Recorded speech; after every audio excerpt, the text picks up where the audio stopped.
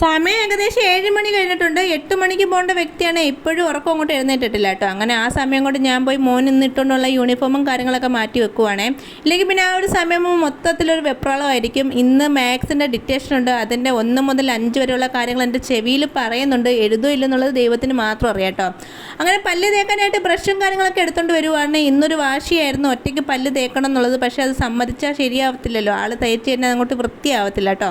അങ്ങനെ പല്ലൊക്കെ തേച്ച് കഴിഞ്ഞ ശേഷം രാവിലെ കഴിക്കാനായിട്ട് ദോശയല്ല, ഇഡലിയും സാമ്പാറും കൂടെ കൊടുക്കുവാണ്. അത് കഴിക്കുന്ന സമയം കൊണ്ട് ഞാൻ പോയി ഒരു ബുൾസൈ അങ്ങോട്ട് റെഡിയാക്കുവാണ്. ആളിപ്പോൾ സ്ഥിരമായിട്ട് ലഞ്ച് ബോക്സിനകത്ത് മുട്ടയുടെ ഐറ്റംസ് എന്തെങ്കിലും കൊണ്ടുപോകും. ഒന്നീ മുട്ടത്തോരനോ മുട്ട ചിക്കിയതോ. ഇന്ന് തൻ്റെ ബുൾസയാണ് കൊടുത്തുവിടുന്നത്. അങ്ങനെ ലഞ്ച് ബോക്സൊക്കെ റെഡിയാക്കി വന്ന ശേഷം ആളെ കുളിപ്പിച്ച് യൂണിഫോമൊക്കെ ഇട്ട് റെഡിയാക്കി നിർത്തുവാണ് സ്കൂളിൽ പോകാൻ വേണ്ടി.